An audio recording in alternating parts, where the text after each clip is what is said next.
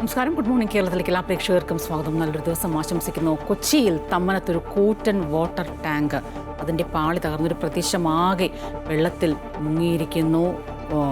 ആളപായമില്ല എന്നത് ഏറ്റവും ആശ്വാസകരമായ കാര്യമാണ്. പക്ഷേ വലിയ രീതിയിലുള്ള നാശനഷ്ടം, വീടുകളിലേക്കടക്കം വെള്ളവും ചെളിയും ഒക്കെ കയറി വീടിന് ചുറ്റുമതിലിനൊക്കെ പൊട്ടിയിട്ടുണ്ട്. കുത്തൊഴുക്ക് വാഹനങ്ങളടക്കം ഒഴുകിപ്പോയ സാഹചര്യമുണ്ട് എന്നാണ് ഏറ്റവും ഒടുവിലായി ലഭിക്കുന്ന റിപ്പോർട്ടുകൾ. പെട്ടെന്ന് ആ റിപ്പോർട്ടിലേക്ക് പോകാം. ആദ്യം തലക്കെട്ടുകളിലേക്ക്.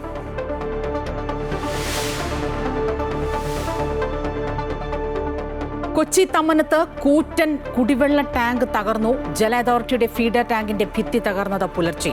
പ്രദേശത്ത് വെള്ളക്കെട്ട് തകർന്നത് 1,15,00,000 ലിറ്റർ ശേഷിയുള്ള ടാങ്ക്. നഗരത്തിൽ കുടിവെള്ളം മുടങ്ങും.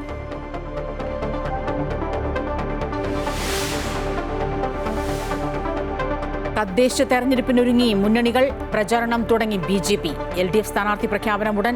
തദ്ദേശ തെരഞ്ഞെടുപ്പ് പ്രഖ്യാപനം ഇന്നുണ്ടായേക്കും. ഒരുക്കങ്ങൾ പൂർത്തിയാക്കി സംസ്ഥാന തെരഞ്ഞെടുപ്പ് കമ്മീഷൻ.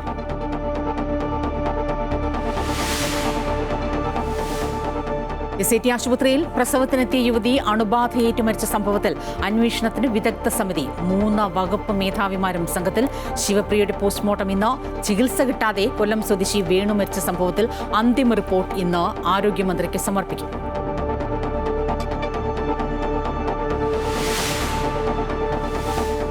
കേരളത്തിൽ നിന്നുള്ള അന്തർ സംസ്ഥാന സ്വകാര്യ ബസ്സുകൾ ഇന്നു മുതൽ സർവീസ് നിർത്തും. സമരം തമിഴ്നാട്, കർണാടക സംസ്ഥാനങ്ങളിലെ അന്യായ നികുതിയിലും വാഹനം പിടിച്ചെടുക്കലിലും പ്രതിഷേധിച്ച് അയൽ സംസ്ഥാനത്തേക്കുള്ള യാത്രക്കാർ ദുരിതത്തിലാകും.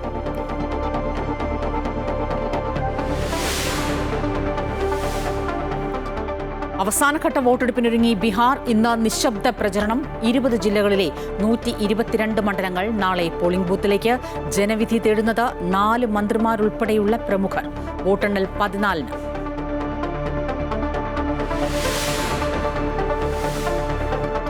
IPL-ൽ സഞ്ജു സാംസൺ ചെന്നൈ സൂപ്പർ കിങ്സിലേക്കെന്ന് സൂചന. രാജസ്ഥാൻ റോയൽസുമായി ധാരണയിലെത്തിയതായി റിപ്പോർട്ട്. നിർണായക യോഗം ഇന്ന്. സഞ്ജുവിന് പകരം രവീന്ദ്ര ജഡേജയും സാം കരണേയും നൽകിയേക്കും.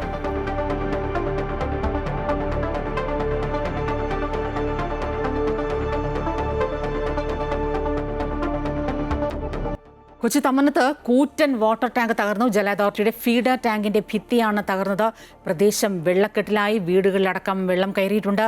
നഗരത്തിൽ കുടിവെള്ളം മുടങ്ങും. അത് എത്ര ദിവസത്തേക്കാണ് എന്നറിയില്ല. കുടിവെള്ളം മുടങ്ങുമെന്ന റിപ്പോർട്ടുകൾ പുറത്തുവരുന്നുണ്ട്. അശ്വതി ഏറ്റവും പുതിയ വിവരങ്ങളുമായി ചേരും. അതിനു മുൻപ് തമ്മനം കൗൺസിലർ സക്കീറിൻ്റെ ഒരു പ്രതികരണമുണ്ട്. പ്രദേശവാസികൾ വലിയ രീതിയിൽ പരിഭ്രാന്തരായെന്നും നാശനഷ്ടങ്ങൾ സംഭവിച്ചുവെന്നും അദ്ദേഹം പ്രതികരിച്ചു. വെളുപ്പിന് 2 മണിക്ക് ശേഷമാണ് ഈ തമ്മനത്തുള്ള വാട്ടർ ടാങ്കിൻ്റെ ഭിത്തി ഒരു ഭാഗം തകർന്നു വീണത്. ഒരു 1,35,00,000 ലിറ്റർ കപ്പാസിറ്റിയുള്ള ടാങ്കാണ് തകർന്നത്. തകർന്ന ശേഷം ഈ പ്രദേശവാസികളുടെ വീടുകളിലെല്ലാം വെള്ളം കയറുകയും വാഹനങ്ങൾക്ക് കേടുപറ്റുകയും മതിലുകളെല്ലാം ചുറ്റുമതിലെല്ലാം ഇടിഞ്ഞു പൊളിയുകയും അവിടെയുള്ള ഹെൽത്ത് സെൻ്റർ അടക്കമുള്ള സ്ഥാപനങ്ങളിൽ വെള്ളം കയറി ആകെ ഉപയോഗിക്കാൻ പറ്റാത്ത അവസ്ഥയിലാണ് നിൽക്കുന്നത്. ആളുകളെല്ലാം പരിഭ്രാന്തരായിരുന്നു. കാരണം എന്താണ് സംഭവിച്ചതെന്നറിയില്ല. ആദ്യമായാണ് ഇത്തരം ഗുരുതരമായ ഒരു ടാങ്ക് പൊട്ടലുണ്ടായത്. മുൻകാലങ്ങളിൽ വെള്ളം ലീക്ക് ചെയ്യുമായിരുന്നു, ഓവർഫ്ലോ ചെയ്യുമ്പോൾ ലീക്ക് ചെയ്യുമായിരുന്നു. പക്ഷേ ഇതൊരു ടാങ്ക് പൊട്ടുന്നത് ചരിത്രത്തിൽ ആദ്യമായിട്ട് തന്നെയാണ്. അതിന് മാത്രം ഭയാനകമായ രീതിയിലാണ് വെള്ളം കുത്തൊഴുക്കുണ്ടായത്. അശ്വതി ചേരുകയാണോ ഏറ്റവും പുതിയ വിവരങ്ങളുമായി? അശ്വതി, അപ്രതീക്ഷിതമായി സംഭവിച്ചു. രാത്രി പുലർച്ചെ പലരും കണ്ണു തുറന്നപ്പോൾ വീടുകളിൽ നിറയെ വെള്ളം നിറഞ്ഞു നിൽക്കുന്ന ഒരു കാഴ്ച. കുത്തിയൊലിച്ചു പോകുന്നു. മതിലുകളടക്കം ചുറ്റുമതിലുകളടക്കം തകർന്നു വീണ ഒരു കാഴ്ച. വാഹനങ്ങളടക്കം ഒഴുകി നീതിരിക്കുന്നു. അപ്പോൾ ഇത്രയും വലിയൊരു കുത്തൊഴുക്ക് സംഭവിക്കണമെങ്കിൽ 1,35 ലക്ഷം വെള്ളം ശേഖരിക്കുന്ന ഒരു ടാങ്ക്, അതിൻ്റെ ഒരു പാളി തകർന്നു വീണു എന്ന് പറയുമ്പോൾ ജനങ്ങൾ അങ്ങേറ്റം പരിഭ്രാന്തരായ ഒരു സാഹചര്യമാണ്. എപ്പോഴാണ് ഇത് സംഭവിച്ചത്? ആളപായം ഉണ്ടായില്ല എന്നത് ഏറ്റവും വലിയ ഭാഗ്യകരമായ കാര്യമാണ്. സ്വപ്ന, ഇന്ന് പുലർച്ചെ 2 മണിക്കാണ് ഈ സംഭവം ഉണ്ടാകുന്നത്. അതായത് 2 മണി എന്ന് പറയുമ്പോൾ നമുക്കറിയാം എല്ലാവരും ഉറങ്ങിക്കിടക്കുന്ന ആ ഒരു സമയത്താണ്. 68 ലക്ഷം ലിറ്റർ കപ്പാസിറ്റിയുള്ള 2 ടാങ്കുകളാണ്. അതായത് ഒരു പാളിക്ക് അപ്പുറവും ഇപ്പുറവുമായിട്ട് 2 ടാങ്കുകൾ, അങ്ങനെയാണ് ഇതിവിടെ സജ്ജീകരിച്ചിരിക്കുന്നത്. അതിലെ ഒരു പാളിയാണ് അടർന്നു പോയി. അത് വലിയ രീതിയിൽ ഇതിൻ്റെ തൊട്ടപ്പുറത്ത് നമുക്കറിയാം ആളുകൾ താമസിക്കുന്ന ഇടമാണ്. നിരവധി വീടുകളുണ്ട്. അവിടേക്ക് ഈ വെള്ളം മുഴുവൻ കുത്തിയൊലിച്ച് പോകുന്ന ഒരു സ്ഥിതി. വെളുപ്പിന് വെളുപ്പിന് 2 മണിക്കാണ് ഈ സംഭവം ഉണ്ടാകുന്നത്. പക്ഷേ ആളുകളൊക്കെ പെട്ടെന്ന് എഴുന്നേറ്റതിൻ്റെയൊക്കെ ഫലമായിട്ട് വലിയ രീതിയിലുള്ള, അല്ലെങ്കിൽ റോഡിലൊന്നും ആ സമയത്ത് ആളുകൾ ഉണ്ടാകാതിരുന്നത് കൊണ്ട് വലിയ അപകടം തലനാരിഴയ്ക്ക് ഒഴിവായി. ആ സമയമായതുകൊണ്ട് ഒഴിവായി. പക്ഷേ ഇത് ഒരു പകൽ സമയത്തോ അങ്ങനെ ആളുകളൊക്കെ അവിടെ നിൽക്കുന്ന ഒരു സമയത്തായിരുന്നുവെങ്കിൽ ഒരു പക്ഷേ വലിയ രീതിയിൽ ഗുരുതരമായിട്ടുള്ള ഒരു അപകടത്തിലേക്ക് പോകാനുള്ള സാധ്യത ഉണ്ടായിരുന്നു. ഇത് 40 വർഷത്തിലധികം പഴക്കമുള്ള ഒരു ടാങ്കാണ്. അതുകൊണ്ടാണ് ഇത്രയധികം ഒരു പ്രശ്നം ഉണ്ടായത് എന്ന് നമുക്ക് മനസ്സിലാകും. 68 ലക്ഷം ലിറ്റർ വെള്ളം കപ്പാസിറ്റിയുള്ള 2 ടാങ്കുകളാണ് ഇവിടെ ഉള്ളത്. എന്തായാലും ഈ ഒരു പാളിക്ക് തന്നെ 2 ടാങ്കുകളാണ്, അതാണ് പൊട്ടിയിരിക്കുന്നത്. ഈ വിഷയവുമായിട്ട് ബന്ധപ്പെട്ട് ഇപ്പോൾ നിലവിൽ ജനപ്രതിനിധികൾ എറണാകുളം ജില്ലയിലുള്ള, ഇവിടെ കൊച്ചിയിലുള്ള MLA-മാർ TJ വിനോദ്, അതുപോലെ തന്നെ ഉമാ തോമസ്, സ്ഥലം MLA ഉമാ തോമസ് MLA, അവർ 2 പേരും ഇവിടെ എത്തിയിരിക്കുകയാണ്. ഈ സ്ഥിതിഗതികൾ എങ്ങനെയാണ് എന്ന് നേരിട്ട് മനസ്സിലാക്കുന്നതിന് വേണ്ടിയിട്ട്. മാത്രമല്ല, ഇതിൽ ഏറ്റവും ഗുരുതരമായൊരു വിഷയം ഈ കൊച്ചി നഗരത്തിലേക്കും ഒപ്പം തന്നെ തൃപ്പൂണിത്തുറയുടെ വിവിധ ഭാഗങ്ങളിലേക്ക്, ഇപ്പോൾ എട്ട അടക്കമുള്ള പ്രദേശങ്ങളിലേക്കൊക്കെ വെള്ളം കൊണ്ടുപോകുന്നത് ഇവിടെ നിന്നാണ്. അതായത് ഇതൊരു ഫീഡർ ടാങ്കാണ്, ജല അതോറിറ്റിയുടെ ഒരു ഫീഡർ ടാങ്കാണ്. ഇവിടെ നിന്നാണ് വെള്ളം കൊണ്ടുപോകുന്നത്. അതുകൊണ്ട് തന്നെ വരും ദിവസങ്ങളിൽ ഇതൊന്ന് ശരിയാകുന്നത് വരെ ഇവിടെ വലിയ രീതിയിലുള്ള കുടിവെള്ള പ്രശ്നം ഉണ്ടാകാനുള്ള ഒരു സാധ്യതയുണ്ട്. അതിന് മറ്റ് അടിയന്തരമായിട്ട് തന്നെ അതിന് ഒരു സംവിധാനം നമ്മൾ കണ്ടെത്തേണ്ടതുണ്ട്. അതിനുള്ള പ്രവർത്തനങ്ങളൊക്കെയാണ്. അതിന് മുൻപ് അറിയേണ്ട ചില കാര്യങ്ങളുണ്ട്. അതായത് ഈ ടാങ്ക് സ്ഥിതി ചെയ്യുന്നത് കൂടുതൽ വീടുകളൊക്കെയുള്ള ഒരു ജനവാസ മേഖല, കുറച്ച് കൂടുതൽ വീടുകളൊക്കെയുള്ള പ്രദേശത്ത് തന്നെയാണ്. സ്വാഭാവികമായും ഇതിനു മുൻപ് ഇത്തരത്തിൽ ഏതെങ്കിലും തരത്തിലുള്ള ചോർച്ച ഉണ്ടായതായോ അല്ലെങ്കിൽ എന്തെങ്കിലും തരത്തിലുള്ള ഉള്ളതായോ ഈ ടാങ്കിന് ഉള്ളതായി ജനപ്രതിനിധികളുടെയോ അല്ലെങ്കിൽ അവിടെ താമസിക്കുന്നവരുടെയോ ശ്രദ്ധയിൽ പെട്ടിട്ടുണ്ടോ? ഇപ്പോൾ ഈ ഫീഡർ ടാങ്കിൻ്റെ ഒരു പാളി അടർന്നു വീണു എന്നാണ് പറയുന്നത്. സ്വാഭാവികമായും ഇത്രയും ജനങ്ങളൊക്കെ താമസിക്കുന്ന സ്ഥലത്തുള്ള ഒരു ടാങ്ക് ആകുമ്പോൾ തന്നെ സ്വാഭാവികമായും അതിൻ്റെ സുരക്ഷയടക്കമുള്ള കാര്യങ്ങളിൽ അടിക്കടി പരിശോധന ആവശ്യമുള്ള സാഹചര്യമില്ലേ? അത്തരം പരിശോധനകളൊന്നും നടന്നിരുന്നില്ലേ? ഇപ്പോൾ നമുക്കൊപ്പം ഇവിടുത്തെ കൗൺസിലർ തന്നെയാണ് ചേരുന്നത്. എന്താണ് ഇതിനു മുൻപ് ഇത്രയുള്ളൊരു സുരക്ഷാ പ്രശ്നമുണ്ട് എന്നൊന്നും മനസ്സിലാക്കിയത്? ഇല്ല, അങ്ങനെ ആരുടെയും ശ്രദ്ധപ്പെട്ടിട്ടില്ല. സാധാരണ ചില ദിവസങ്ങൾ കാലങ്ങളിൽ ഓവർഫ്ലോ അല്ലാതെ മറ്റുള്ള ഒരു കപ്പാസിറ്റി അല്ലെങ്കിൽ ഈ പറഞ്ഞ ഇതുപോലെ വിള്ളലോ അങ്ങനെ ആരുടെ ശ്രദ്ധപ്പെട്ടിട്ടില്ല. ഇതിങ്ങനെ ആദ്യമായിട്ടാണ് സംഭവിച്ചത്. മുൻകാലങ്ങളിൽ ചെറിയ ഓവർഫ്ലോ ഒക്കെ വരുമ്പോൾ ശ്രദ്ധയിൽപ്പെടുത്തും, അതിനുള്ള പരിഹാരം കാണാറുണ്ട്. പക്ഷേ ഇത് ഇത്തരത്തിലൊരു ഭീകരമായൊരവസ്ഥ അതുകൊണ്ടാണ്. അറ്റകുറ്റപ്പണികൾ അങ്ങനെയുള്ള കാര്യങ്ങളൊക്കെ കൃത്യമായിട്ട് നടക്കാറുണ്ട്. കഴിഞ്ഞ ഒരു മാസത്തിനുള്ളിലാണത് ക്ലീൻ ചെയ്യാൻ സമയത്ത് വെള്ളമെല്ലാം ഒഴുകി വിടും. അത് നമ്മളെ അറിയിച്ചിട്ടാണ് ചെയ്യുന്നത്. അതൊക്കെ ചെയ്യുന്നുണ്ട്. അപ്പോഴും ഉദ്യോഗസ്ഥന്മാരൊക്കെ വന്ന് ചെക്ക് ചെയ്താണ്. അതിനുശേഷം ഇതിൻ്റെ സ്ട്രക്ചർ സ്റ്റെബിലിറ്റിനെ കുറിച്ചൊന്നും നമുക്കറിയില്ലല്ലോ, നമ്മളങ്ങനെ നോക്കാറില്ലല്ലോ. മറ്റുള്ള ഇപ്പോൾ ഈ കാലപ്പഴക്കം തന്നെയാണ്. ഇപ്പോൾ കാണുമ്പോൾ തന്നെ അറിയാം, വിള്ളലും മറ്റും കാണുമ്പോൾ അറിയാം കാലപ്പഴക്കത്തിൻ്റെ ഒരു സംബന്ധം തന്നെയാണ്. അത് തകരാനുള്ള സാധ്യത അത് ഉദ്യോഗസ്ഥന്മാർ എഞ്ചിനീയർമാർ പരിശോധിച്ച് അത് കാലങ്ങളായിട്ട് അതിനുള്ള സ്ട്രക്ചർ സ്റ്റെബിലിറ്റിയുടെ റിപ്പോർട്ട് അവരാണ് കൊടുക്കേണ്ടത്. ഇത്തരമൊരു ഗുരുതരമായൊരു സംഭവം ഉണ്ടാകുമ്പോൾ അതിനെപ്പറ്റി പരിശോധിക്കേണ്ടത് വാട്ടർ അതോറിറ്റിയുടെ ഉദ്യോഗസ്ഥന്മാരാണ്. 1,35 ലക്ഷം ലിറ്റർ കപ്പാസിറ്റിയാണ് അതിനുള്ളത്. അതിൽ തന്നെ 1,10 ലക്ഷം ലിറ്റർ സ്റ്റോറേജിലുണ്ടായി. ആ വെള്ളം മുഴുവനും ഒരു പ്രദേശത്ത് ഒഴുകി പോയപ്പോൾ ഉണ്ടാകുന്ന ബുദ്ധിമുട്ടുകളായിരുന്നു. അവിടെയുള്ള 10-20 വീടുകളിൽ മുഴുവൻ വെള്ളം കയറി. ഒരു PH സെൻറ്റർ, കുത്താപ്പാടി ഹെൽത്ത് സെൻറ്ററിൽ മെഡിസിൻ അടക്കമുള്ള സംവിധാനം എല്ലാം നശിച്ചു. വാഹനങ്ങൾ തകർന്നു, ചുറ്റുമതിലെല്ലാം പൊളിഞ്ഞു. നിങ്ങൾക്കവിടെ പോയി കാണാൻ പറ്റും. അത്രയും രൂക്ഷമായ ഇതായിരുന്നു. ആളുകൾ രാത്രി വീട്ടിൽ നിന്ന് എണീച്ചപ്പോൾ ചവിട്ടണ വെള്ളത്തിലാണ്.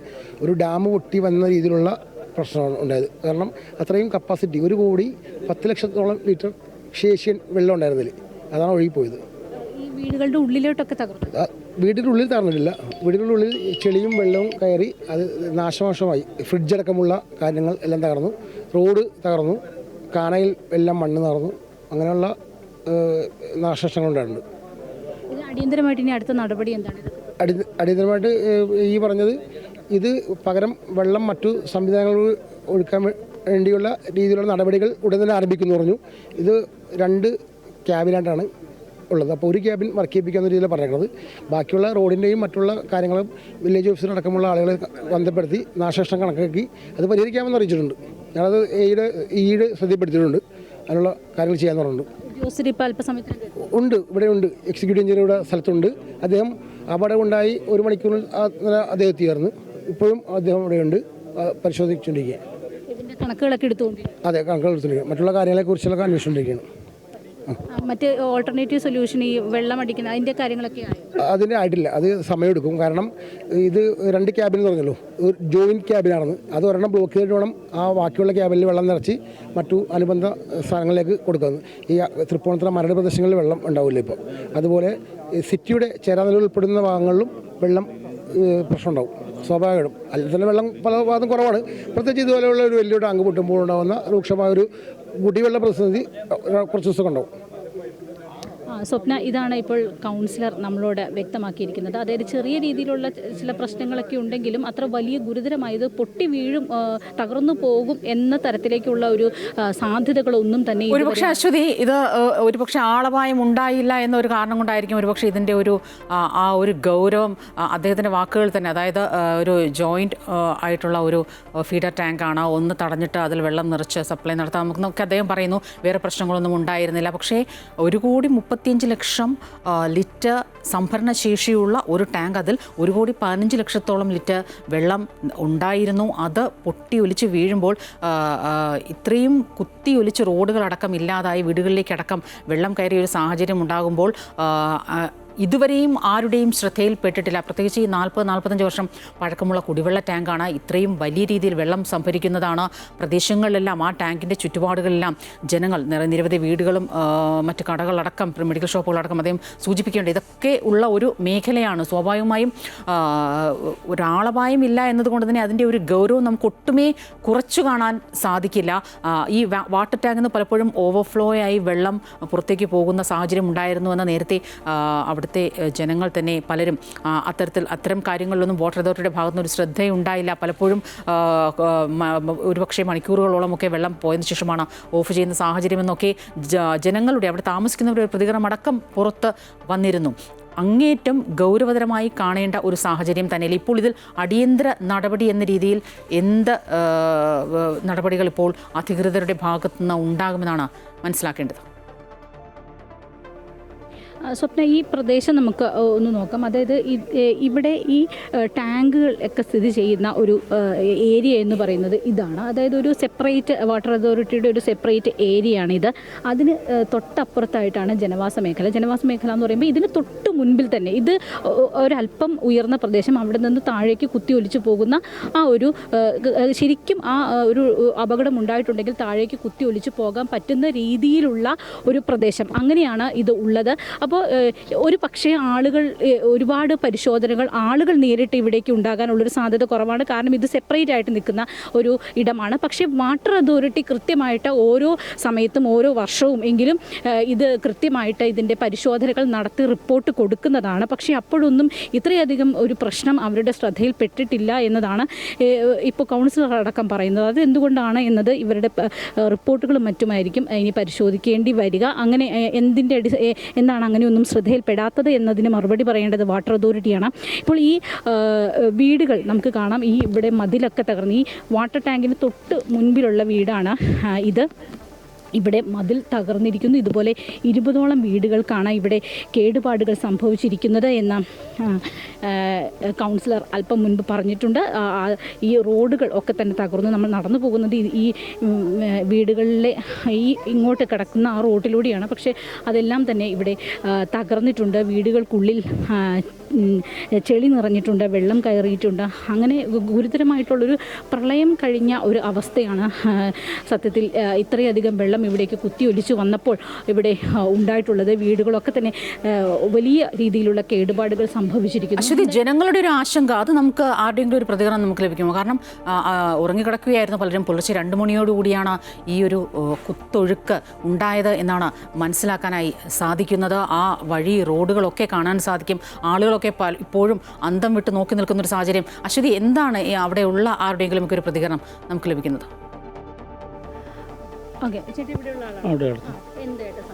സംഭവിച്ചു ഇന്നലെ 1 മണിക്കാണ് ഇത് വീണെന്ന് അറിഞ്ഞത്. ഞാൻ കണ്ടിട്ടില്ല. 1 മണിയായപ്പോൾ ഇവിടെ വീണെന്ന് അറിഞ്ഞു. മണ്ണൊക്കെ കൂടി വിട്ടുവലിച്ച് ഇത് നമുക്ക് വേണ്ടപ്പെട്ട വീടാണ്. നമ്മുടെ പുള്ളി ഇല്ലാത്ത ആളാണ്. പുള്ളി മരിച്ചു പോയതാണ്. പുള്ളിയുടെ ഇതാണ്. അപ്പോൾ ഇവരെ കണ്ടൊരു കാറുണ്ട്. ഇവരുടെ തന്നെയാണ് കാർ ഇവിടെ വാടക താമസിക്കണമെന്ന് അങ്ങനെ അറിഞ്ഞേക്കണം. അത് അവിടെ ആ സാധനം എല്ലാം കൂടി ഇതൊക്കെ കൂടി ഇടിച്ച് വിളിച്ചു പോകും. അങ്ങനെയാണ് നമ്മൾ അറിഞ്ഞിട്ടുള്ളൂ ഇപ്പം. ചേട്ടാ ഇവിടെ ഇതിനു മുൻപ് എന്തെങ്കിലും പ്രശ്നങ്ങളൊക്കെ ശ്രദ്ധയപ്പെട്ടിട്ടുണ്ടോ നിങ്ങളുടെ നാട്ടുകാർ? ഇല്ല, അങ്ങനെയുള്ള പ്രശ്നങ്ങളൊന്നുമില്ല. അപ്പോൾ അവിടെ ചെറിയൊരു മതിൽ അവിടെ ഇടിഞ്ഞു വിളിഞ്ഞ് വീണിട്ടുണ്ട്, അല്ലാണ്ട് വേറെ ഒന്നും സംഭവമൊന്നും വന്നിട്ടില്ല. അപ്പുറ സൈഡ് ഇടിഞ്ഞു വീണിട്ടുണ്ട്. ഈ ടാങ്കിന് എന്തെങ്കിലും പ്രശ്നങ്ങളൊക്കെ ചോർച്ചയൊക്കെ ഉണ്ടാവുന്നുണ്ട് അങ്ങനെ? അതൊന്നും അറിയില്ല കറക്റ്റായിട്ട്, കാരണം നമ്മൾ ഇതിൻ്റെ അകത്ത് കയറാറില്ല, ഇതിൻ്റെ ഉള്ളിലേക്ക് അതായത് കയറാറില്ല.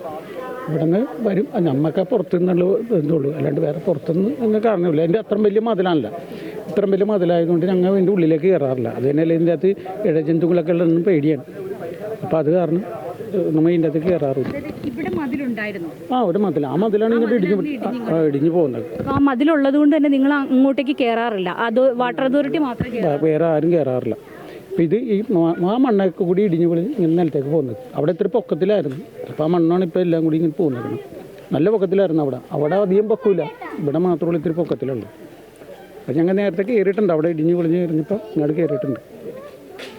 വേറെ ബാക്കിയുണ്ട്. ഇത്രയും പഴക്കമുള്ളത് കൊണ്ട് ആരും അങ്ങനെ പരാതി? പഴക്കം നല്ല പഴക്കമുണ്ട്, എനിക്കൊക്കെ ഓർമ്മയുള്ള കാലം ഇത് ഇങ്ങനെ തന്നെ. പിന്നെ ബാക്കി നമുക്ക് അറിയാനും പാടില്ല, എൻ്റെ ഉള്ളിലുള്ള സംഭവം നമുക്കറിയില്ല. അല്ലാതെ മെയിൻ്റെനൻസ് ഒന്നും നടത്തിയിട്ടൊന്നുമില്ല? അത് നമ്മൾ ഇങ്ങോട്ട് കയറാറില്ല, അത് കാരണം നമുക്ക് അറിയാനും പാടില്ല. സ്വപ്ന, അതുപോലെ തന്നെ ഈ വീട്ടിലെ ആളുണ്ട്, ചേച്ചിയുണ്ട്. ചേച്ചി ഈ വീട്ടിലാണോ? അതെ അതെ. എന്തൊക്കെയാണ് നഷ്ടങ്ങൾ പറ്റിയിട്ടുള്ളത്? നഷ്ടങ്ങൾ കുറേ പറ്റിയിട്ട് 2 ദിവസം മതിലൊക്കെ ഇടിഞ്ഞു പോയി. മോട്ടർ, വാട്ടർ ടാങ്ക്, പിന്നെ വാഷിംഗ് മെഷീൻ, പിന്നെ ഇൻവെർട്ടർ, അതിൻ്റെ ബാറ്ററിയൊക്കെ പോയി. പിന്നെ ഇത് പുതിയതായിട്ട് പെയിൻ്റ് അടിച്ചാണ്, വീടിലൊക്കെ ചെള്ള തെറിച്ച് മതിൽ വീണപ്പോഴത്തേക്ക്. ഈ ടാങ്കിനോട് ഗേറ്റ് പോയി, ഗേറ്റൊക്കെ പോയിരിക്കണേ. ഈ ടാങ്കിനോട് ഏറ്റവും അടുത്ത് കിടക്കുന്നതാണ് ചേച്ചിയുടെ വീട്. ഇതിനു മുൻപ് ഈ ടാങ്കിന് ഇങ്ങനെ പ്രശ്നങ്ങളൊക്കെ ഉള്ളതായിട്ട് എന്തെങ്കിലും? ഓവർഫ്ലോ ഉണ്ടായിട്ടുണ്ട്. അപ്പോൾ ഒരു മണി മല കഴിഞ്ഞിട്ട് വെള്ളം കുറച്ച് വന്ന്, പിന്നെ ഓവർഫ്ലോ കാണേ കൂടി പോകും. ഓവർഫ്ലോ ഉണ്ടായിട്ടുള്ളു. എപ്പോഴും ആളുകളൊക്കെ പരിശോധിക്കുന്നതാണോ അത്? അതിനെപ്പറ്റി ഞാൻ അറിഞ്ഞിട്ട് അവരങ്ങോട്ട് ആരും കയറരുതെന്നും പറഞ്ഞ് എഴുതി വെച്ചിട്ടുണ്ടല്ലോ. പിന്നെ നമ്മളെങ്ങനെ കയറാനും അവർ ചോദിക്കാനുള്ള അനുവാദമൊന്നും അവർ തരില്ല ആരോടും. 2 മണിക്ക് പുലർച്ചെയാണ് ഈ സംഭവം ഉണ്ടാകുന്നത്.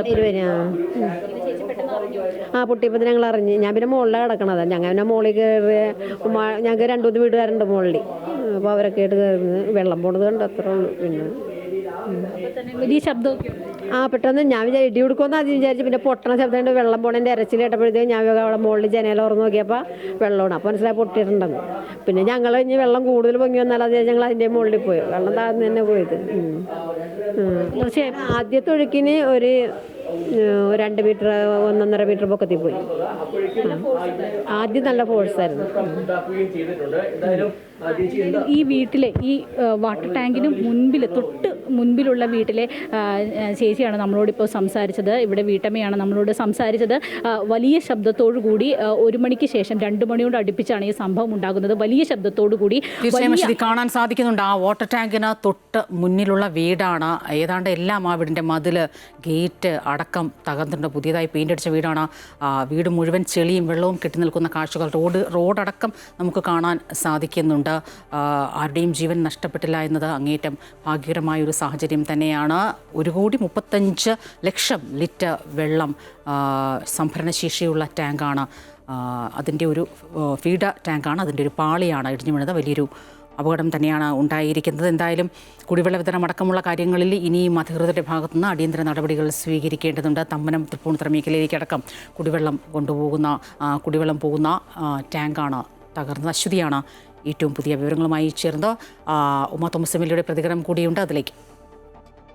അടിയന്തരമായിട്ട് ഇടപെടലുണ്ടാവേണ്ട വിഷയമാണ്. എന്തായാലും ഇപ്പോൾ നമ്മൾക്ക് പാലാരിവട്ടം മറ്റേ ഈ എളമക്കര ഭാഗമൊക്കെ വെള്ളം ഉണ്ടാവില്ല എന്നുള്ളതുപോലെ തന്നെ തൃപ്പൂണിത്തുറയിലും വെള്ളം അടിക്കാൻ നിവൃത്തിയില്ല. പിന്നെ ഇതിൽ തന്നെ പേട്ട ഭാഗത്തൊന്നും വെള്ളം ഉണ്ടാവില്ല. അപ്പോൾ ഇവിടെ നിന്ന് തന്നെ പമ്പ് ചെയ്യുന്നതിൽ 68,000-ൻ്റെ 2 പാളിയായിട്ടാണ് ഉള്ളത്. അതിൽ ഒരെണ്ണം വെച്ചിട്ട് പരമാവധി ചെയ്യാം എന്നാണ് പറയണത്. പിന്നെ മരടിൽ നിന്ന് സപ്ലൈ ചെയ്യുന്നതിന് കുറച്ച് കപ്പാസിറ്റി കൂട്ടാൻ പറ്റുമോ എന്നുള്ളത് നോക്കാമെന്ന് പറഞ്ഞിട്ടുണ്ട്. അടിയന്തരമായിട്ട് എന്തായാലും ഓൾറെഡി ഈ പമ്പിങ് എല്ലാം നടന്നാൽ പോലും ഇവിടെ അതിരൂക്ഷമായിട്ടുള്ള ശുദ്ധജല ക്ഷാമമാണ് ഉള്ളത്.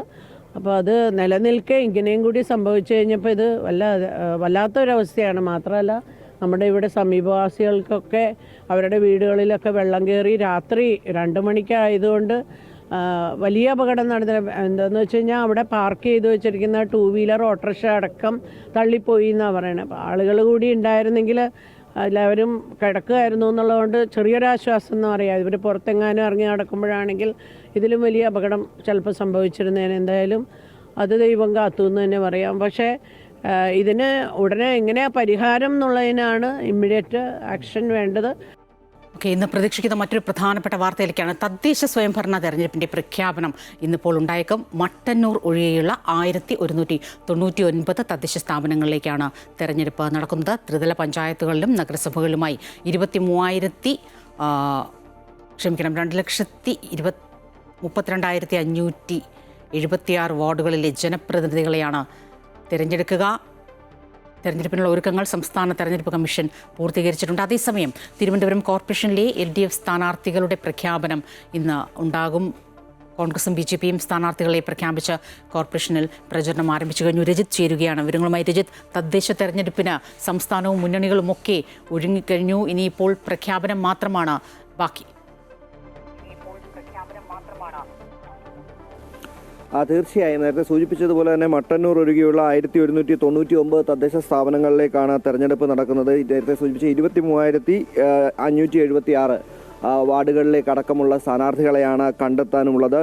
അതിനുള്ള ഒരുക്കങ്ങളാണ് ഇതിനോടകം തന്നെ തെരഞ്ഞെടുപ്പ് കമ്മീഷൻ പൂർത്തീകരിച്ചിരിക്കുന്നത്. ഇന്ന് തന്നെ ഈ തെരഞ്ഞെടുപ്പ് കമ്മീഷന്റെ പ്രഖ്യാപനം ഉണ്ടായേക്കും എന്ന് തന്നെയാണ് മനസ്സിലാക്കാൻ കഴിയുന്നത്. സംസ്ഥാന തെരഞ്ഞെടുപ്പ് കമ്മീഷന്റെ പ്രഖ്യാപനമാണ് ഉണ്ടാവുക. തെരഞ്ഞെടുപ്പിന് മുന്നോടിയായുള്ള വാർഡ് പുനഃക്രമീകരണങ്ങളടക്കം ഇതിനോടകം തന്നെ പൂർത്തീകരിച്ചിരിക്കുന്നു. കഴിഞ്ഞ ഭരണസമിതി ഈ ഡിസംബർ 21-നകം സ്ഥാനം ഏൽക്കേണ്ടതുണ്ട്. അതുകൊണ്ട് തന്നെ തെരഞ്ഞെടുപ്പ് പ്രക്രിയ വളരെ വേഗത്തിൽ ആക്കേണ്ട സാഹചര്യം കൂടിയുണ്ട്. 2020 കോവിഡിന്റെ ഒരു സാഹചര്യം കണക്കിലെടുത്തുകൊണ്ട് 3 ഘട്ടങ്ങളിലായിട്ടായിരുന്നു അന്ന് തെരഞ്ഞെടുപ്പ് നടത്തിയിരുന്നത്.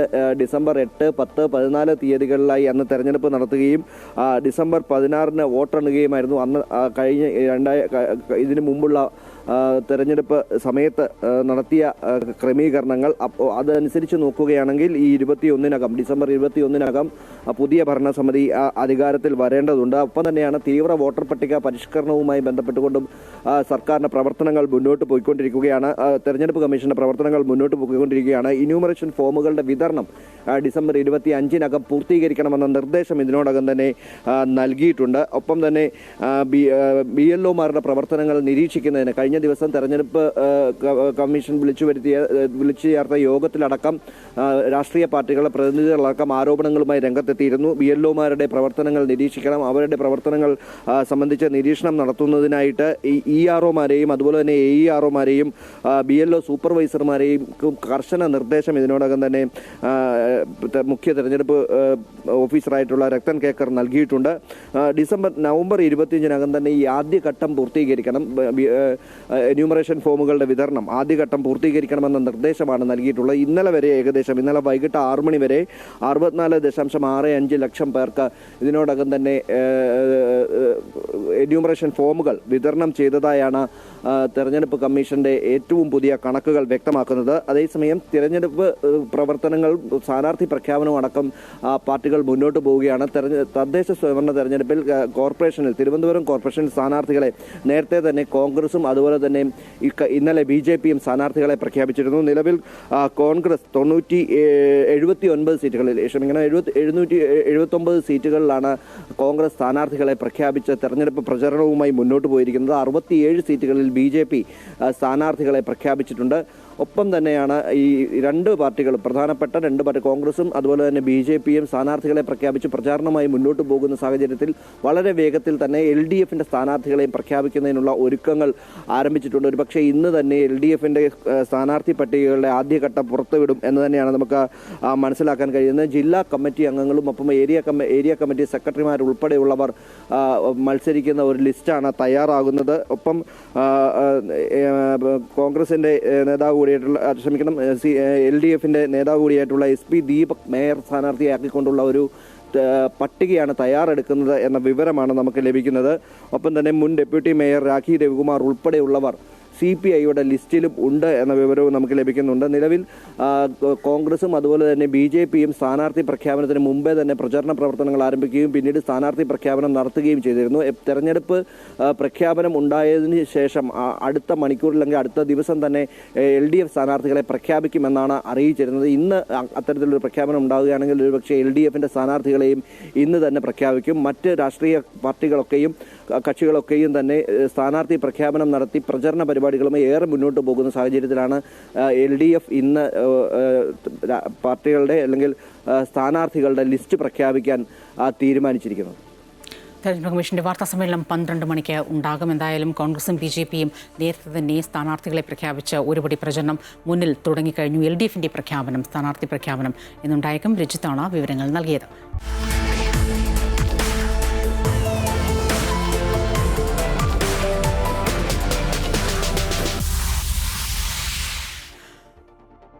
ബീഹാർ നിയമസഭാ തെരഞ്ഞെടുപ്പിന്റെ പ്രചരണം അവസാന ഘട്ടത്തിൽ. ഇന്ന് നിശബ്ദ പ്രചരണത്തിന്റെ ദിവസമാണ്. 122 സീറ്റിലേക്ക് 20 ജില്ലകളിലെ 122 സീറ്റിലേക്ക് വോട്ടെടുപ്പ് നാളെയാണ്. 4 മന്ത്രിമാരുൾപ്പെടെയുള്ള പ്രമുഖർ ജനവിധി തേടും. 14-നാണ് വോട്ടെണ്ണൽ. വിവരങ്ങളുമായി ഡൽഹിയിൽ നിന്നും KK പ്രശാന്ത് ചേരുകയാണ്. പ്രശാന്ത്, ബീഹാർ നിയമസഭാ തെരഞ്ഞെടുപ്പിന്റെ രണ്ടാം ഘട്ടം 122 സീറ്റുകളിൽ മുന്നണികൾ ഈ രണ്ടാം ഘട്ടത്തിൽ എത്രത്തോളം ആത്മവിശ്വാസമാണ്? രണ്ടാം ഘട്ടത്തിൽ ജനവിധി തേടുന്ന മണ്ഡലങ്ങൾ, മേഖലകൾ എത്രത്തോളം പ്രാധാന്യമുള്ളതാണ്?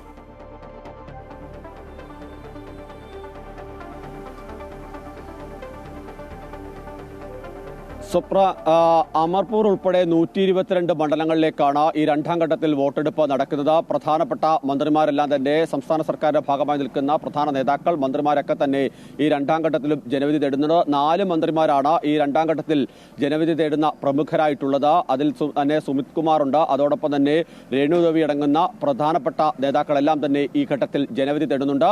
ഇതിലേറ്റവും ശ്രദ്ധേയമായ മണ്ഡലങ്ങൾ എന്ന് പറയുന്നത് അമർപൂർ ഉൾപ്പെടെയുള്ള മണ്ഡലങ്ങൾ തന്നെയാണ്. ഇതിൽ എത്രത്തോളം ഇവർക്ക് ഇതിൽ നിലനിർത്താൻ കഴിയുമെന്നുള്ളതാണ് എല്ലാവരും ഉറ്റുനോക്കുന്നത്. ഏതായാലും ഭരണവിരുദ്ധ വികാരമില്ല എന്ന് തന്നെയാണ് നേതാക്കൾ, BJP നേതാക്കളും അത് JDU നേതാക്കളാണെങ്കിലും വ്യക്തമാക്കുന്നത്. നിലവിലുള്ള വോട്ടിംഗ് ശതമാനം ഉയർന്നത് സർക്കാരിന്റെ പ്രവർത്തന മികവിന്റെ ഫലമാണ്. ഒപ്പം തന്നെ കൃത്യമായ സുരക്ഷാ സംവിധാനങ്ങൾ തിരഞ്ഞെടുപ്പ് കമ്മീഷൻ ഒരുക്കിയതിന്റെ കൂടി ഭാഗമായാണ് വോട്ടിംഗ് ശതമാനം ഉയർന്നത്. അതിൽ യാതൊരു തരത്തിലുള്ള ആശങ്കയില്ല എന്ന് തന്നെയാണ് സർക്കാരുമായി ബന്ധപ്പെട്ട സംവിധാനങ്ങളും എല്ലാം തന്നെ വ്യക്തമാക്കുന്നത്. BJP നേതാക്കൾ, പ്രധാനമന്ത്രി ഉൾപ്പെടെയുള്ളവർ വലിയ ആത്മവിശ്വാസം ഇതുമായി ബന്ധപ്പെട്ട് പ്രകടിപ്പിക്കുകയും ഒക്കെ ചെയ്യുന്നുണ്ട്. ഒരു തരത്തിലുള്ള ആശങ്കയും തങ്ങൾക്കില്ല എന്നുള്ളതാണ് പ്രധാനമന്ത്രി വ്യക്തമാക്കുന്നത്. കാരണം സർക്കാർ ഈ കഴിഞ്ഞ കാലങ്ങളിലൊക്കെ തന്നെ വളരെ കൃത്യമായ നിലപാടുകളെടുത്ത് ജനങ്ങൾക്കൊപ്പമുള്ള പദ്ധതികൾ പ്രഖ്യാപിച്ച് അവർക്കൊപ്പമാണ് മുന്നോട്ട് പോയത്. അതുകൊണ്ട് തന്നെ ഒരാശങ്കയുമില്ല. ഈ വോട്ടിംഗ് ശതമാനം ഇത്തരത്തിൽ ഉയർന്നു വന്നതൊക്കെ തന്നെ സർക്കാർ എടുത്ത തീരുമാനത്തിന്റെ ഫലമായാണ്. സാധാരണ ജനങ്ങൾ സർക്കാരിനെ ഏറ്റെടുത്തിരിക്കുന്നു. കേന്ദ്ര സംസ്ഥാന സർക്കാരുടെ പ്രവർത്തനത്തിന്റെ ഫലമായി വലിയ രീതിയിലുള്ള നേട്ടങ്ങൾ ഉണ്ടാക്കാൻ ബീഹാറിനെതിരെ കഴിഞ്ഞു എന്ന് തന്നെയാണ് പ്രധാനമന്ത്രിയും അമിത്ഷായും എല്ലാം തന്നെ വ്യക്തമാക്കുന്നത്. നിതീഷ് കുമാർ തന്നെ ബീഹാറിന്റെ മുഖ്യമന്ത്രിയായി തുടരുമെന്ന് തന്നെയാണ് BJP നേതാക്കൾ വ്യക്തമാക്കുന്നത്. അതേസമയം തന്നെ ഭരണവിരുദ്ധ വികാരം അലയടിച്ചുവെന്ന് യുവാക്കൾ കൃത്യമായി തന്നെ തങ്ങൾക്ക് ജോലിയില്ലാത്തതിന്റെ എല്ലാം തന്നെ വലിയ പ്രതിഷേധം രേഖപ്പെടുത്തുന്ന തെരഞ്ഞെടുപ്പിൽ ദൃശ്യമായി. അതുകൊണ്ടാണ് പോളിംഗ് ശതമാനം ഒന്നാം ഘട്ടത്തിൽ ഉയർന്നത് എന്നുള്ളതാണ് പ്രതിപക്ഷ മഹാസഖ്യമെല്ലാം തന്നെ വ്യക്തമാക്കുന്നത്. അതുകൊണ്ട് തന്നെ ഈ ഘട്ടത്തിലും അത്തരത്തിൽ പോളിംഗ് ശതമാനം ഉയരുമെന്ന് തന്നെ അവർ പ്രതീക്ഷിക്കുന്നു. ഒന്നാം ഘട്ടത്തിൽ റെക്കോർഡ് പോളിംഗ് ആയിരുന്നു. ഈ ഘട്ടത്തിലേക്ക് എത്തുമ്പോൾ അത് എത്രത്തോളം എത്തുമെന്നുള്ളതാണ് എല്ലാവരും ഉറ്റുനോക്കുന്നത്. ഏതായാലും വാശിയേറിയ പോരാട്ടമാണ്. ഇന്നലെ ഏറ്റവും ഒടുവിൽ പരസ്യ പ്രചാരണം അവസാനിക്കുന്ന സമയത്ത് പോലും വലിയ ആരോപണ പ്രത്യാരോപണങ്ങളായിരുന്നു. SIRമായി ബന്ധപ്പെട്ട പ്രതിപക്ഷത്തിന് ഇപ്പോഴും അവിശ്വാസമുണ്ട്. അതായത് ഇത്തരത്തിൽ കുടിയേറ്റക്കാരെന്ന് വ്യാജേന എത്തുന്ന മറ്റാളുകളെ അംഗീകരിക്കാൻ വേണ്ടി അല്ലെങ്കിൽ അവർക്ക് വേണ്ടിയുള്ള സംവിധാനത്തിന്റെ ഭാഗമായാണ് SIRനെ എതിർക്കുന്നത് എന്നുള്ളതാണ് പ്രധാനമന്ത്രി ഉൾപ്പെടെയുള്ള നേതാക്കൾ വ്യക്തമാക്കുന്നത്. അതേസമയം തന്നെ ജനങ്ങളുടെ വോട്ട് കൊള്ളയടിക്കാനുള്ള നീക്കമാണ് SIRലൂടെയും നിലവിൽ BJP നടത്തുന്നത് എന്നുള്ളതാണ് രാഹുൽ ഗാന്ധി ഉൾപ്പെടെയുള്ള നേതാക്കൾ മറു ആരോപണമായി ഉന്നയിക്കുകയും ചെയ്തത്. ഏതായാലും ഈ ആരോപണങ്ങൾ എത്ര കണ്ട് ജനങ്ങൾ ഏറ്റെടുത്തു എന്നറിയാൻ തീർച്ചയായും അത് തന്നെയാണ് പ്രശാന്ത് അറിയേണ്ടത്. മുന്നണികൾ മുന്നോട്ട് വയ്ക്കുന്ന ആരോപണങ്ങൾ അല്ലെങ്കിൽ ബീഹാറിന്റെ വികസനം ഇതൊക്കെ എത്രത്തോളം ജനങ്ങളിൽ സ്വാധീനം ചെലുത്തിയിട്ടുണ്ട് എന്ന് തന്നെയാണ് അറിയാനിരിക്കുന്നത്. ഇനി രണ്ടാം ഘട്ട തെരഞ്ഞെടുപ്പിൽ സുപ്രധാന മേഖലകൾ, അതായത് ഈ അതിർത്തി രാജ്യങ്ങളുമായി ബംഗ്ലാദേശ്, നേപ്പാൾ ഈ രാജ്യങ്ങളുമൊക്കെയായി അതിർത്തി പങ്കിടുന്ന മേഖലകളാണ് കൂടുതൽ ന്യൂനപക്ഷ മേഖലകൾ. NDA സ്വാധീനമുള്ള ചമ്പാരൻ മേഖല, ഇവയൊക്കെ ഈ രണ്ടാം ഘട്ട തെരഞ്ഞെടുപ്പിൻ്റെ വോട്ടിങ്ങിൻ്റെ ഭാഗമായി വരും. എന്തായാലും നിർണായകമാണ് രണ്ടാം ഘട്ട തെരഞ്ഞെടുപ്പ്. നാളെയാണ് തെരഞ്ഞെടുപ്പ്. തിരുവനന്തപുരം SITയിൽ പ്രസവത്തിനെത്തിയ യുവതി അണുബാധയെ തുടർന്ന് മരിച്ചുവെന്ന പരാതിയിൽ വിശദ അന്വേഷണത്തിന് ആരോഗ്യവകുപ്പ് തിരുവനന്തപുരം മെഡിക്കൽ കോളേജ് ആശുപത്രിക്ക് പുറത്തുനിന്നുള്ള വിദഗ്ധർ പരാതി അന്വേഷിക്കും. 26-കാരിയായ ശിവപ്രിയ അണുബാധയെ തുടർന്ന് ഇന്നലെയാണ് മരിച്ചത്. യുവതിയുടെ പോസ്റ്റ്മോർട്ടം ഇന്ന് നടക്കും. രജിത് ചേരുകയാണ് വിവരങ്ങളുമായി. രജിത്, വീണ്ടും എന്താണ് ചികിത്സാ പിഴവെന്നോ ഒന്നും എന്താണ് പറയേണ്ടതെന്ന് നമുക്ക് തന്നെ അറിയില്ല. ഈ പറഞ്ഞതുപോലെ കൃത്യമായി എന്ത് കാരണം കൊണ്ടാണ് ശിവപ്രിയയുടെ മരണം സംഭവിച്ചത് എന്ന് അറിയേണ്ടിയിരിക്കുന്നു. ബന്ധുക്കൾ ആരോപിക്കുന്നുണ്ട് ആശുപത്രിയിൽ നിന്നാണ് ശിവപ്രിയയ്ക്ക് അണുബാധ ഉണ്ടായത് എന്ന്. എന്നാൽ ആശുപത്രി അധികൃതർ പതിവ് പോലെ അവർ അത് നിഷേധിക്കുന്നു. ആശുപത്രിയിൽ നിന്ന് അധികൃതർ ചികിത്സാ പിഴവ് ഉണ്ടായിട്ടില്ല. ഇത് അന്വേഷിക്കുന്നതിന് ഒരു 3-അംഗ സമിതി ഇപ്പോൾ നിയോഗിച്ചിട്ടുണ്ടല്ലോ. തീർച്ചയായും കരിക്കകം സ്വദേശിയായ 26-കാരിയായ ശിവപ്രിയ ഇന്നലെയാണ് അണുബാധയെ തുടർന്ന് SIT ആശുപത്രിയിൽ മരിക്കുന്നത്. തുടർന്ന് ഇതുമായി ബന്ധപ്പെട്ടുകൊണ്ട് കുടുംബം ആരോപണവുമായി രംഗത്തെത്തുകയായിരുന്നു. കുടുംബം പറയുന്നത് നേരത്തെ സൂചിപ്പിച്ചതുപോലെ തന്നെ ആശുപത്രിയിൽ നിന്നാണ് അണുബാധ ഏറ്റിട്ടുള്ളത് എന്നാണ്. ഇത് സംബന്ധിച്ചൊരു വിശദമായ അന്വേഷണത്തിനാണ് ഇപ്പോൾ ആരോഗ്യമന്ത്രി ഉത്തരവിട്ടിരിക്കുന്നത്. അതുമായി ബന്ധപ്പെട്ടുകൊണ്ട് ക്രിട്ടിക്കൽ കെയർ വിഭാഗത്തിൻ്റെയും അതുപോലെ തന്നെ ഗൈനക്കോളജി വിഭാഗത്തിൻ്റെയും ഒപ്പം തന്നെ ഡെർമറ്റോളജി വിഭാഗം, ഈ 3 വിഭാഗങ്ങളുടെ വിദഗ്ധർ ഉൾപ്പെടുന്ന സമിതിയായിരിക്കും ഇത് സംബന്ധിച്ച അന്വേഷണം നടത്തുക. തിരുവനന്തപുരം മെഡിക്കൽ കോളേജിന് പുറത്തു നിന്നുള്ള വിദഗ്ധരെ ഉൾപ്പെടുത്തിക്കൊണ്ടുള്ള സമിതി അന്വേഷണം നടത്തി 2 ദിവസത്തിനകം റിപ്പോർട്ട് നൽകാനാണ് ആരോഗ്യമന്ത്രി നിർദ്ദേശിച്ചിരിക്കുന്നത്. ആരോഗ്യ വകുപ്പിന് ഈ റിപ്പോർട്ട് സമർപ്പിക്കുകയും 2 ദിവസത്തിനുള്ളിൽ മന്ത്രിക്ക് ഇത് സംബന്ധിച്ച റിപ്പോർട്ട് സമർപ്പിക്കാനും അറിയിച്ചിട്ടുണ്ട്. എന്നാൽ നിലവിൽ കുടുംബം ഈ ആരോപണവുമായി ഇപ്പോഴും ഉറച്ചു നിൽക്കുകയാണ്. കാരണം 25-ാം തീയതി പ്രസവത്തിന് ശേഷം യുവതിയെ ഡിസ്ചാർജ് ചെയ്യുകയും തുടർന്ന് 26-ാം തീയതി തന്നെ കടുത്ത പനിയോടുകൂടി തിരികെ വീട്ടിൽ നിന്നും കൊണ്ടുവരുന്ന പിറ്റേ ദിവസം തന്നെ കൊണ്ടുവരുന്ന ഒരു സാഹചര്യമുണ്ടായി.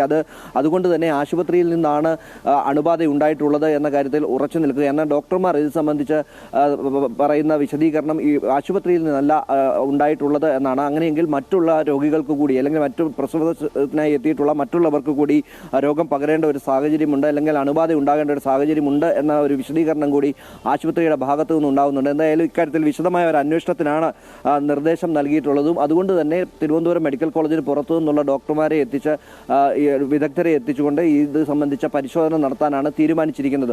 നിലവിൽ ശിവപ്രിയയുടെ പോസ്റ്റ്മോർട്ടം നടപടികളടക്കം ഇന്ന് നടക്കും. പോസ്റ്റ്മോർട്ടത്തിന് ശേഷം മൃതദേഹം കുടുംബത്തിന് വിട്ടു നൽകും. പ്രധാനമായ അവരുടെ ആവശ്യം പോസ്റ്റ്മോർട്ടം നടത്തി ഇത് സംബന്ധിച്ച് വിശദമായ ഒരു അന്വേഷണം ഉണ്ടാകണമെന്നാണ്. ആ കാര്യം ഇന്നലെ തന്നെ അംഗീകരിക്കുകയും ചെയ്തു. അതിൻ്റെ കൂടി അടിസ്ഥാനത്തിലാണ് ഇക്കാര്യത്തിൽ ഇപ്പോൾ ഒരു വിശദമായ അന്വേഷണത്തിന് 3-അംഗ സമിതിയെ നിയോഗിച്ചിരിക്കുന്നത്. തിരുവനന്തപുരത്ത് പ്രസവത്തിന് എത്തിയ SITയിൽ പ്രസവത്തിനെത്തിയ യുവതി അണുബാധയെ തുടർന്ന് മരിച്ച പരാതിയിൽ വിശദമായ അന്വേഷണം ആരോഗ്യവകുപ്പ് നടത്താനിരിക്കുന്നു. 3 വകുപ്പ് മേധാവികളടക്കം ഉള്ള ഒരു അന്വേഷണ സമിതിയാകും മരണം അന്വേഷിക്കുക. പോസ്റ്റ്മോർട്ടം നടപടികൾ, ശിവപ്രിയയുടെ പോസ്റ്റ്മോർട്ടം നടപടികൾ ഇന്ന് നടക്കും. രജിത്താണ് വിവരങ്ങൾ നൽകിയത്. തിരുവനന്തപുരം മെഡിക്കൽ കോളേജിൽ മതിയായ ചികിത്സ ലഭിക്കാതെ കൊല്ലം സ്വദേശി വേണു മരിച്ച സംഭവത്തിൽ അന്വേഷണ റിപ്പോർട്ട് ഇന്ന് സമർപ്പിച്ചേക്കും. മെഡിക്കൽ വിദ്യാഭ്യാസ ഡയറക്ടർക്കാണ് റിപ്പോർട്ട് സമർപ്പിക്കുന്നത്. ചികിത്സയിൽ വീഴ്ചയില്ലെന്ന പ്രാഥമിക റിപ്പോർട്ടിൽ അന്വേഷണ സംഘം കണ്ടെത്തിയിരുന്നു. അന്വേഷണത്തിന് മുന്നോടിയായി പ്രാഥമിക റിപ്പോർട്ടാണ് ഇപ്പോൾ സമർപ്പിക്കുന്നത്. ജോയിന്റ് DMEയുടെ നേതൃത്വത്തിലാണ് അന്വേഷണം നടന്നത്. മതിയായ ചികിത്സ നൽകിയെന്നാണ് കാർഡിയോളജി വിഭാഗം ഡോക്ടർമാർ നൽകിയ വിശദീകരണം. മെഡിക്കൽ വിദ്യാഭ്യാസ ഡയറക്ടർ റിപ്പോർട്ട് ആരോഗ്യവകുപ്പിന് സമർപ്പിക്കും. അതേസമയം സമരം ചെയ്യുന്ന മെഡിക്കൽ കോളേജ് ഡോക്ടർമാരുമായി ആരോഗ്യമന്ത്രി വീണ ജോർജ് ഇന്ന് ചർച്ച നടത്തും. വ്യാഴാഴ്ച മുതൽ ഡോക്ടർമാരുടെ സംഘടന സമ്പൂർണ്ണ പണിമുടക്ക് പ്രഖ്യാപിച്ച സാഹചര്യത്തിലാണ് ഇപ്പോൾ ചർച്ച നടക്കുന്നത്. അധ്യാപക സംഘടനയായ KGM-CTA OP ബഹിഷ്കരണം അടക്കമുള്ള നിസ്സഹകരണ സമരത്തിലാണ്. ശമ്പള കുടിശ്ശിക അനുവദിക്കുക, ഡോക്ടർമാരുടെ ഒഴിവ് നികത്തുക തുടങ്ങിയ ആവശ്യങ്ങൾ ഉന്നയിച്ചാണ് സമരം. സംസ്ഥാന പൊതുവിദ്യാഭ്യാസ മന്ത്രി വി ശിവൻകുട്ടി കേന്ദ്ര വിദ്യാഭ്യാസ മന്ത്രി ധർമ്മേന്ദ്ര പ്രധാനുമായി ഇന്ന് കൂടിക്കാഴ്ച നടത്തും. വൈകിട്ട് 3 മണിക്ക് കേന്ദ്രമന്ത്രിയുടെ വസതിയിലാണ് കൂടിക്കാഴ്ച. വിവിധ വിദ്യാഭ്യാസ പദ്ധതികളുടെ ഭാഗമായി സംസ്ഥാനത്തിന് ലഭിക്കാനുള്ള സാമ്പത്തിക സഹായം സംബന്ധിച്ച കാര്യങ്ങൾ ചർച്ചയാകും. അതേസമയം PM ശ്രീയുമായി ബന്ധപ്പെട്ട വിഷയങ്ങൾ ഇന്ന് ചർച്ച ചെയ്യില്ല എന്നാണ് മന്ത്രി പറയുന്നത്. PM ശ്രീ വിവാദമുണ്ടായ ശേഷം ആദ്യമായാണ് കേന്ദ്രമന്ത്രിയുമായി സംസ്ഥാന മന്ത്രി കൂടിക്കാഴ്ച നടത്തുന്നത്. നിലവിൽ പദ്ധതിയിൽ നിന്ന് പിന്മാറുന്നത് സംബന്ധിച്ച് സംസ്ഥാന സർക്കാർ ഔദ്യോഗികമായി കത്ത് നൽകിയിട്ടില്ല. അതേസമയം ഗണഗീതം ആലപിച്ച സംഭവത്തിൽ വിശദമായ അന്വേഷണം ആവശ്യപ്പെട്ട് കേന്ദ്രമന്ത്രിക്ക് വിദ്യാഭ്യാസ മന്ത്രി കത്ത് നൽകും. കേരളത്തിൽ നിന്നുള്ള മുഴുവൻ അന്തർ സംസ്ഥാന ടൂറിസ്റ്റ് ബസ്സുകൾ ഇന്നു മുതൽ സർവീസ് നിർത്തുന്നുവെന്ന് luxury bus owners association. All India tourist permit വാഹനങ്ങൾക്കെതിരെ തമിഴ്നാട്, കർണാടക സംസ്ഥാനങ്ങളിൽ അന്യായ നികുതി ഈടാക്കൽ, കനത്ത പിഴ ചുമത്തൽ, വാഹനങ്ങൾ പിടിച്ചെടുക്കൽ തുടങ്ങിയ നടപടികൾക്കെതിരെയാണ് പണിമുടക്ക്. വാഹന ഉടമകൾക്കും ഡ്രൈവർമാർക്കും യാത്രക്കാർക്കും സുരക്ഷ ഒരുക്കുന്നതിന് നിർബന്ധിതമായ സാഹചര്യത്തിലാണ് അസോസിയേഷൻ സംസ്ഥാന സമിതി ഇത്തരത്തിൽ നടപടികൾ സ്വീകരിക്കാൻ നിർബന്ധിതമായതെന്ന് ലക്ഷറി ബസ് ഓണേഴ്സ് അസോസിയേഷൻ സംസ്ഥാന പ്രസിഡന്റ് AJ റിജാസ് പ്രതികരിച്ചു. സംസ്ഥാന ബസ്സുകൾ നാളെ മുതൽ സർവീസ് നിർത്തിവെക്കാനുള്ള തീരുമാനത്തിലേക്കാണ് പോയിരിക്കുന്നത്. ഓൾ ഇന്ത്യ ടൂറിസ്റ്റ് പെർമിറ്റ് വാഹനങ്ങളിൽ നിന്ന് തമിഴ്നാടും കർണാടക അടക്കമുള്ള സംസ്ഥാനങ്ങൾ വീണ്ടും നികുതി പിരിക്കുന്നതും രാത്രികാലങ്ങളിൽ യാത്രക്കാരെയെല്ലാം വഴിയിൽ ഇറക്കി വിട്ടുകൊണ്ട് വാഹനങ്ങൾ കണ്ടുകെട്ടുന്ന നടപടികളുമായി മുന്നോട്ട് പോകുമ്പോൾ ഇത്തരത്തിൽ ഈ ഭീകരമായ സ്ഥിതിവിശേഷത്തിൽ സർവീസ് നടത്താൻ കഴിയാതെ ഭയപ്പാടിലാണ് ഞങ്ങളുള്ളത്. നമുക്ക്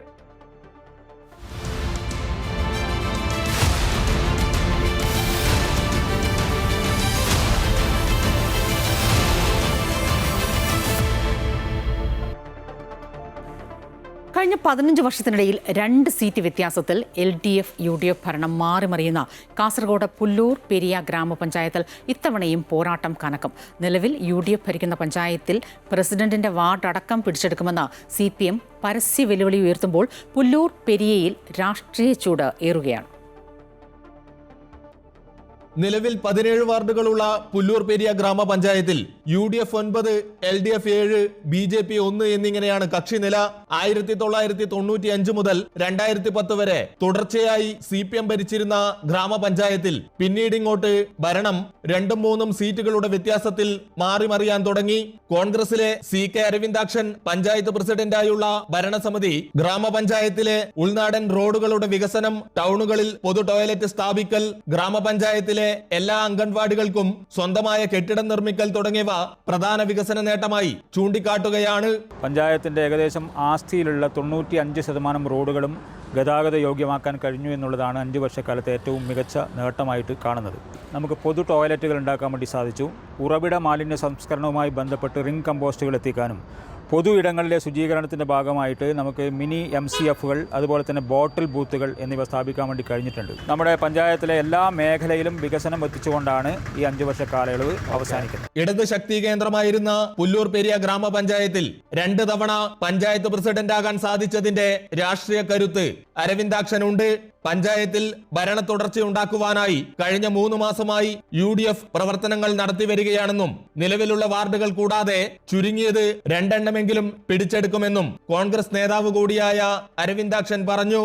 ഇപ്പോൾ നിലവിലുള്ള സീറ്റിൽ നിന്നും 2-3 സീറ്റുകൾ വീണ്ടും ഐക്യജനാധിപത്യ മുന്നണിക്ക് അനുകൂലമായിട്ട് വരുമെന്ന് തന്നെയാണ് ഞങ്ങൾ പ്രതീക്ഷിക്കുന്നത്. അതിനാവശ്യമായിട്ടുള്ള മുന്നൊരുക്കങ്ങൾ കഴിഞ്ഞ 3 മാസം മുമ്പ് തന്നെ ഐക്യജനാധിപത്യ മുന്നണി ആരംഭിച്ചിട്ടുണ്ട്. അതേസമയം കടുത്ത രാഷ്ട്രീയ പോരാട്ടമാണ് നടക്കാനിരിക്കുന്നതെന്നും നിലവിൽ പഞ്ചായത്ത് പ്രസിഡന്റും വൈസ് പ്രസിഡന്റും പ്രതിനിധാനം ചെയ്യുന്ന വാർഡുകളടക്കം പിടിച്ചെടുത്തുകൊണ്ട് LDF വിജയം ഉറപ്പാക്കുമെന്ന് CPM നേതാവ് കൂടിയായ വാർഡംഗം നാരായണൻ പറഞ്ഞു.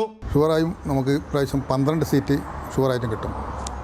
കൂടാതെ 2 സീറ്റും കൂടി നമ്മൾക്ക് ഉറപ്പായും നമ്മൾ പ്രവർത്തനത്തിന്റെ ഫലമായി കിട്ടും എന്നൊരു പ്രതീക്ഷ തന്നെയാണ് നമ്മളുള്ളത്. ദേശീയപാത നിർമ്മാണത്തിന്റെ ഭാഗമായി പൊളിച്ചു നീക്കിയ പഞ്ചായത്ത് ഓഫീസിന് പകരം പുതിയ കെട്ടിടമുണ്ടാക്കുന്ന കാര്യത്തിൽ UDF ഭരണസമിതി പിന്നോട്ടടിച്ചത് ജനങ്ങൾക്കും ജീവനക്കാർക്കും വലിയ ദുരിതം സൃഷ്ടിക്കുകയാണെന്നും കഴിഞ്ഞ 2 വർഷക്കാലം വെറുതെ കളഞ്ഞെന്നും പഞ്ചായത്ത് ഷോപ്പിംഗ് കോംപ്ലക്സ് UDF ഭരണസമിതിക്ക് സാധ്യമാക്കാൻ കഴിഞ്ഞില്ലെന്നും ചൂണ്ടിക്കാട്ടി. പുല്ലൂർ പെരിയ പഞ്ചായത്തിനകത്ത് ഇപ്പോൾ നമുക്ക് വന്നു കഴിഞ്ഞാൽ നമുക്കറിയാം, ഒരു കട വരാൻ പോയ അത്രയും കൂടി സൗകര്യമില്ലാത്ത സ്ഥലത്താണ് നമ്മൾ കഴിഞ്ഞ 1.5 കൊല്ലമായി നമ്മൾ പ്രവർത്തിച്ച് വരുന്നത്. ഇരിക്കാനോ അല്ലെങ്കിൽ എന്തെങ്കിലും നമുക്ക് കാര്യനിർവഹണത്തിന് പറ്റാത്ത ഒരു വളരെ പ്രയാസകരമായ അവസ്ഥയിലാണ് ഇപ്പോൾ. അംഗക്കളം ചൂടുപിടിച്ചു വരുന്ന പുല്ലൂർ പെരിയ ഗ്രാമപഞ്ചായത്തിൽ കഴിഞ്ഞ ലോക്സഭാ നിയമസഭാ തെരഞ്ഞെടുപ്പുകളിലായി പഞ്ചായത്ത് അടിസ്ഥാനത്തിൽ LDFന് 3000 വോട്ടിന്റെ ലീഡുണ്ട്. മുന്നേറ്റ പ്രതീക്ഷകളോടെ CPM വോട്ടിന്റെ കണക്കുകളടക്കം നിരത്തുമ്പോൾ വികസന പ്രവർത്തനങ്ങൾ ജനങ്ങളിലെത്തിയെന്ന ആത്മവിശ്വാസത്തോടെ ഭരണ തുടർച്ചയ്ക്കായി കളത്തിലിറങ്ങുകയാണ് UDF നേതൃത്വം. അമൃത ന്യൂസ്, കാസർഗോഡ്. സ്വന്തമായി ബൈക്ക് ഉണ്ടാക്കി സ്വപ്ന ജോലി നേടിയിരിക്കുകയാണ് കൊച്ചി സ്വദേശിയായ 21-കാരൻ അതുൽ. 10ാം ക്ലാസ് മുതലുള്ള ആഗ്രഹമാണ് അതുൽ സാക്ഷാത്കരിച്ചിരിക്കുന്നത്. ചിത്രകല പഠിപ്പിച്ചതിലൂടെ ലഭിച്ച പണം കൊണ്ടാണ് ബൈക്കിന്റെ നിർമ്മാണം തുടങ്ങിയത്.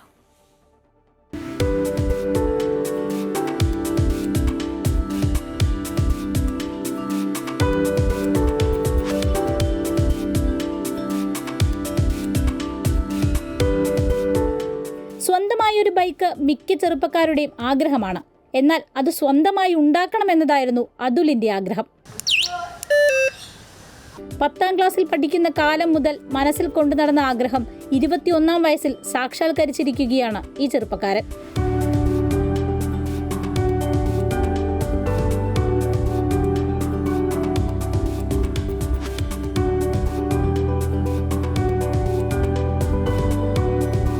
കളമശ്ശേരി പോളിടെക്നിക്കിൽ ഓട്ടോമൊബൈൽ ഡിപ്ലോമ ചെയ്തത് വഴിത്തിരിവായി.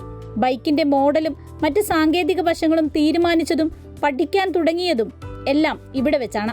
ചിത്രകലാ അധ്യാപകൻ കൂടിയായ അതുൽ ചിത്രകല പഠിപ്പിച്ച് കിട്ടിയ വരുമാനത്തിൽ നിന്നാണ് ബൈക്കിന്റെ നിർമ്മാണം ആരംഭിച്ചത്. എനിക്ക് ഇലക്ട്രിക് വണ്ടിയെക്കുറിച്ച് കൂടുതൽ പഠിക്കാനായിട്ടാണ് ഈ വണ്ടി ബിൽഡ് ചെയ്തേക്കണത്.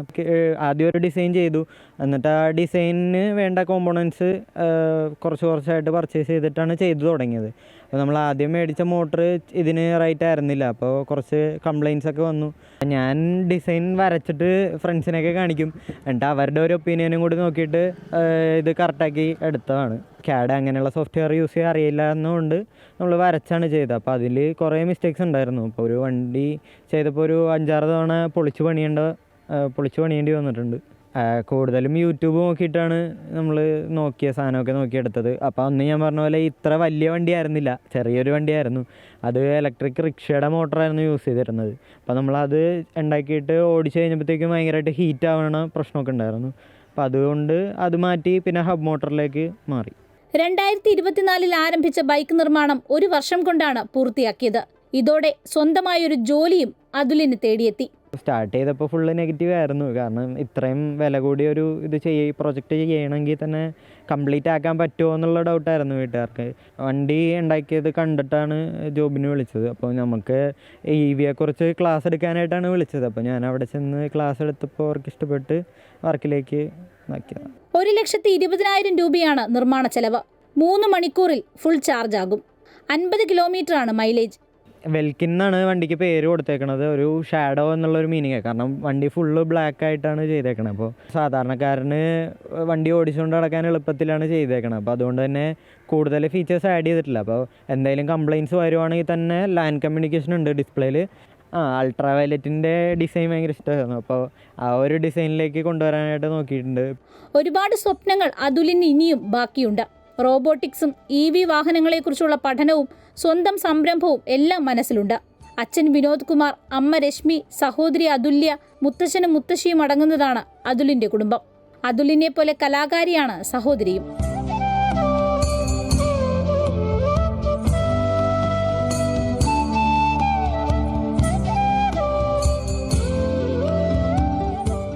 അവസരങ്ങളാണ് നമ്മുടെ യുവാക്കൾക്ക് ആവശ്യം. അവസരങ്ങൾ കിട്ടുമ്പോൾ അവർ അത്ഭുതങ്ങൾ സൃഷ്ടിക്കും. അതിനുദാഹരണമാണ് അതുൽ. ക്യാമറമാൻ ബിനു ഈശ്വരമംഗലത്തിനൊപ്പം AT അശ്വതി, അമൃത ന്യൂസ്, കൊച്ചി. രാജ്യത്തെ ഡിജിറ്റൽ അറസ്റ്റ് തട്ടിപ്പുകളിൽ സുപ്രീം കോടതി സ്വമേധയാ എടുത്ത ഹർജിയിൽ ഇന്ന് ഉത്തരവുണ്ടാകും. ജസ്റ്റിസുമാരായ സൂര്യകാന്ത്, ജോയ് മല്യ ബാങ്ചി എന്നിവർ അടങ്ങിയ ബെഞ്ചാണ് കേസ് പരിഗണിക്കുന്നത്. തട്ടിപ്പുകൾ തടയാനായി കോടതി മാർഗനിർദ്ദേശങ്ങൾ പുറപ്പെടുവിക്കും. ഡിജിറ്റൽ അറസ്റ്റ് തട്ടിപ്പുകളിൽ രാജ്യത്ത് നിരവധി പേരുടെ പണം നഷ്ടപ്പെട്ടുവെന്നും തട്ടിപ്പുകാർക്കെതിരെ കടുത്ത നടപടി സ്വീകരിക്കുമെന്നും കോടതി വ്യക്തമാക്കിയിരുന്നു. കേസുകൾ അന്വേഷിക്കുന്നതിൽ CBIയോടും കേന്ദ്രത്തോടും മറുപടിയും തേടിയിരുന്നു. ഹരിയാനയിലെ വയോധിക ദമ്പതികളിൽ നിന്ന് ഡിജിറ്റൽ അറസ്റ്റ് തട്ടിപ്പിലൂടെ പണം കവർന്നതിലാണ് സുപ്രീം കോടതി സ്വമേധയാ കേസെടുത്തത്. കൊല്ലം സ്വദേശിനിയായ യുവതി ആലപ്പുഴയിലെ ഭർത്തൃ വീട്ടിൽ വെച്ച് ആത്മഹത്യ ചെയ്തതിൽ പരാതിയുമായി കുടുംബം. ശൂരനാട് സ്വദേശി രേഷ്മയെയാണ് പുനപ്രയിലെ ഭർത്തൃ വീട്ടിൽ മരിച്ച നിലയിൽ കണ്ടെത്തിയത്. ഭർത്താവ് അജിത്തും വീട്ടുകാരുമാണ് രേഷ്മയുടെ മരണത്തിന് കാരണക്കാരെന്ന ആരോപണത്തിലാണ് കുടുംബം. യുവതി എഴുതിവെച്ച കുറിപ്പും ഫോൺ സംഭാഷണവും ഉൾപ്പെടെയുള്ള തെളിവുകൾ നിരത്തിയാണ് കുടുംബത്തിന്റെ പരാതി. സന്തോഷത്തോടെ ജീവിക്കാൻ ഇവർ സമ്മതിക്കുന്നില്ലെന്ന് രേഷ്മ അച്ഛനോട് പറയുന്നതിന്റെ ഓഡിയോ സന്ദേശങ്ങളാണ് കുടുംബം പുറത്തുവിട്ടത്. അച്ഛാ, എനിക്ക് ജീവിക്കാൻ പറ്റുമെച്ചാ മനസ്സിലാക്കി. എത്രയോ പേര് ജീവിക്കും. കാരണം ഇയാളുടെ കൂടെ തന്നെ ഞാൻ സന്തോഷത്തോടെ ജീവിക്കാൻ എന്നെ ഇവരെ സമ്മതിക്കത്തില്ല. ഇയാളില്ലാതെ പറ്റത്തില്ല. അതെനിക്ക് 100-150% എനിക്ക് ഉറപ്പാണ്. എനിക്കത് ഭയങ്കര ബുദ്ധിമുട്ട് തന്നെയാണ്. പക്ഷെ എന്നെ വേണ്ടാത്ത ഒരാളോട് ഞാൻ എന്തിനാ ഈ കെഞ്ചി പുറകോട്ട് പോയി യാചിച്ച് സ്നേഹം കണ്ടെത്തുന്നത്? ഭർത്താവിൽ നിന്നുമുണ്ടായ മാനസിക പീഡനങ്ങളാണ് രേഷ്മ അച്ഛനോട് പറയുന്നത്. പുന്നപ്ര സ്വദേശി അജിത്തുമായി 2018 ഏപ്രിൽ 15-നാണ് രേഷ്മയുടെ വിവാഹം നടന്നത്. തുടർന്ന് ഇക്കഴിഞ്ഞ വെള്ളിയാഴ്ച രേഷ്മയെ ആലപ്പുഴയിലെ ഭർത്താവിന്റെ വീട്ടിൽ മരിച്ച നിലയിൽ കണ്ടെത്തി. ഭർത്താവിന്റെ വഴിവിട്ട ബന്ധങ്ങളും ഭർത്താവിന്റെയും കുടുംബത്തിന്റെയും മാനസിക പീഡനവുമാണ് ആത്മഹത്യ ചെയ്യാൻ കാരണമെന്നാണ് പരാതി. രേഷ്മയുടെ അന്ത്യകർമ്മങ്ങൾക്ക് ഭർത്താവ് എത്താത്തതും കുടുംബത്തിന്റെ സംശയം വർദ്ധിപ്പിച്ചു. അത്ര ക്രൂരതയാണ്. അവനോ അവൻ്റെ വീട്ടുകാരോ ഇതുവരെ ഞങ്ങളെ വിളിക്കുകയോ അല്ലെങ്കിൽ എൻ്റെ അവസാനമായിട്ട് 5-6 വർഷം അവൻ്റെ കൂടെ താമസിച്ച അവൻ്റെ ഭാര്യനെ കാണാൻ പോലും അവൻ വന്നില്ല. ഞങ്ങളുടെ വീട്ടിലേക്ക് വന്നുമില്ല, അവിടെ മുഖമൊന്നും അവൻ കാണുന്നില്ല. അവന് അതുപോലെ ദുഷ്ടനാണ് അവൻ. അല്ലെന്നുണ്ടെങ്കിൽ സ്വാഭാവികമായിട്ട് നമുക്ക് ചിന്തിച്ചു നോക്കാം. ഒരു പെൺകുട്ടി അവൻ്റെ ഭാര്യയായിട്ട് കഴിഞ്ഞോളാം, ഒരു കണ്ണീരെങ്കിലും അവൻ്റെ കണ്ണിൽ നിന്ന് വീഴത്തില്ല, അതുപോലും വീണില്ല. താൻ നേരിട്ട പീഡനങ്ങളും അവഗണനയും രേഷ്മ എഴുതി വച്ചിരുന്നു. ഭർത്താവിനും ഭർത്തൃ വീട്ടുകാർക്കും എതിരെയാണ് യുവതിയുടെ കുറിപ്പ്. രേഷ്മയെ ഭർത്താവ് ശാരീരികമായി ഉപദ്രവിച്ചെന്നാണ് ആരോപണം. പുന്നപ്ര പോലീസ് ആത്മഹത്യാ കേസാണ് രജിസ്റ്റർ ചെയ്തിട്ടുള്ളത്. കൂടുതൽ തെളിവുകൾ ലഭിച്ച സാഹചര്യത്തിൽ ആത്മഹത്യാ പ്രേരണ കുറ്റവും ഗാർഹിക പീഡന നിരോധന നിയമപ്രകാരവും കേസെടുക്കണം എന്നതാണ് കുടുംബത്തിന്റെ ആവശ്യം. അമൃത ന്യൂസ്, കൊല്ലം. അഹമ്മദാബാദ് വിമാനാപകടവുമായി ബന്ധപ്പെട്ട ഹർജികൾ സുപ്രീംകോടതി ഇന്ന് വീണ്ടും പരിഗണിക്കും. ജസ്റ്റിസുമാരായ സൂര്യകാന്ത്, ജോയ് മല്യ ബാങ്ചി എന്നിവരുടെ ബെഞ്ചാണ് ഹർജി പരിഗണിക്കുന്നത്. അപകടത്തിൽ സ്വതന്ത്ര അന്വേഷണം ആവശ്യപ്പെട്ട എയർ ഇന്ത്യ വിമാനത്തിന്റെ പൈലറ്റ് സുമിത് സബർവാളിന്റെ പിതാവ് നൽകിയ ഹർജിയാണ് കോടതി പരിഗണിക്കുക. ഹർജിയിൽ കേന്ദ്ര സർക്കാരിന് സുപ്രീംകോടതി നോട്ടീസ് അയച്ചിരുന്നു. അപകടത്തിൽ പൈലറ്റിനെ ആരും കുറ്റപ്പെടുത്തേണ്ടതില്ലെന്ന് സുപ്രീംകോടതി കഴിഞ്ഞ ദിവസം വ്യക്തമാക്കിയിരുന്നു. പൈലറ്റിന്റെ പിഴവ് മൂലമാണ് അപകടമെന്ന് രാജ്യത്ത് ആരും വിശ്വസിക്കുന്നില്ലെന്നും രണ്ടംഗ ബെഞ്ച് പറഞ്ഞിരുന്നു. ജൂണിലുണ്ടായ അപകടത്തിൽ 260 പേരാണ് മരിച്ചത്.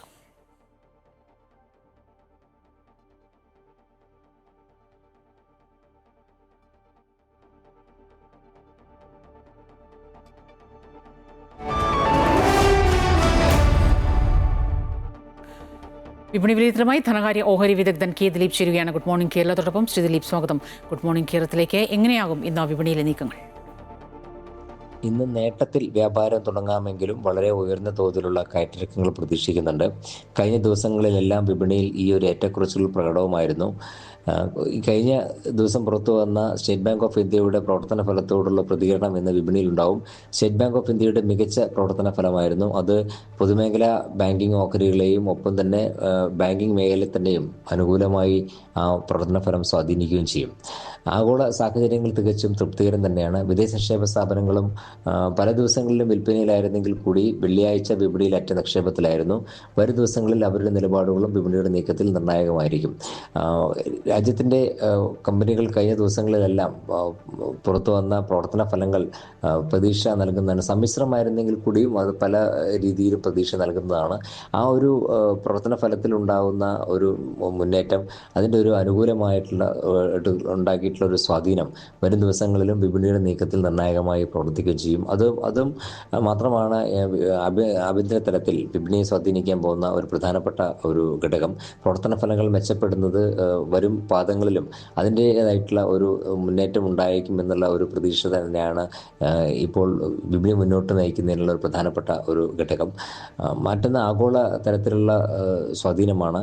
അതിലേറ്റവും പ്രധാനപ്പെട്ടത് ഇന്ത്യയും US-ഉം തമ്മിൽ ഇപ്പോൾ നിലനിൽക്കുന്ന വ്യാപാര താരിഫുമായി ബന്ധപ്പെട്ട തർക്കവും അതിലേതെങ്കിലും തരത്തിലൊരു ഉപായം ഉണ്ടാവുകയും ഒരു വ്യാപാര ബന്ധം ഉറപ്പിക്കുന്ന തരത്തിലൊരു ഡീൽ ഉണ്ടാവുകയും ചെയ്യുകയാണെങ്കിൽ അത് തീർച്ചയായും വിപണിയെ സ്വാധീനിക്കും. അതുമാത്രമാണ് ഇപ്പോൾ ഉറ്റുനോക്കുന്ന ഒരു ആഗോള തലത്തിലുള്ള വിപണിയെ സ്വാധീനിക്കുന്ന പ്രധാനപ്പെട്ട ഒരു ഘടകം. ഈ രണ്ട് ഘടകങ്ങളും അനുകൂലമായി വരികയാണെങ്കിൽ തീർച്ചയായും അത് വരും ദിവസങ്ങളിലും നിക്ഷേപ താല്പര്യം തുടരാനുള്ള സഹായമാവുകയും ചെയ്യും. സാങ്കേതികമായി 25,800 എന്നുള്ള നിലവാരം തന്നെയാണ് മുൻനിര സൂചികയായ നിഫ്റ്റിക്ക് പ്രധാനം. ആ ഒരു നിലവാരത്തിന് മറികടന്ന് വ്യാപാരം നടക്കുന്ന ഒരു സാഹചര്യത്തിൽ മാത്രമേ മുന്നോട്ട് നീങ്ങാനുള്ള ഒരു സാധ്യത കാണുന്നുള്ളൂ. മറിച്ചാണെങ്കിൽ 25,300 എന്ന നിലവാരമായിരിക്കും താഴേക്ക് അടിസ്ഥാന നിലവാരമായി പ്രവർത്തിക്കുക. ആ ഒരു നിലവാരം ഭേദിക്കുകയാണെങ്കിൽ 25,000 എന്ന നിലവാരത്തേക്ക് എത്താനുള്ള സാധ്യതയുമുണ്ട്. എന്തായാലും ഇന്ന് നേട്ടത്തിലായിരിക്കും വ്യാപാരം തുടങ്ങുക. വളരെ ഉയർന്ന തോതിലുള്ള കയറ്റങ്ങൾ പ്രതീക്ഷിക്കണം. ദിവസത്തിൻ്റെ രണ്ടാം പകുതിയായിരിക്കും ഏറ്റവും നിർണായകമാവുക. നന്ദി ശ്രീ ദിലീപ്. ഇനി ഗെയിം ചേഞ്ചറാണ്. ഒരു യഥാർത്ഥ ലീഡർ എങ്ങനെയായിരിക്കണമെന്ന പ്രശസ്ത ക്രിക്കറ്റ് കമന്റേറ്ററും സ്പോർട്സ് ബ്രോഡ്കാസ്റ്ററും കോളമിസ്റ്റും മോട്ടിവേഷണൽ സ്പീക്കറും ഒക്കെയായ ശ്രീദത്ത് എസ് പിള്ള സംസാരിക്കുന്നു.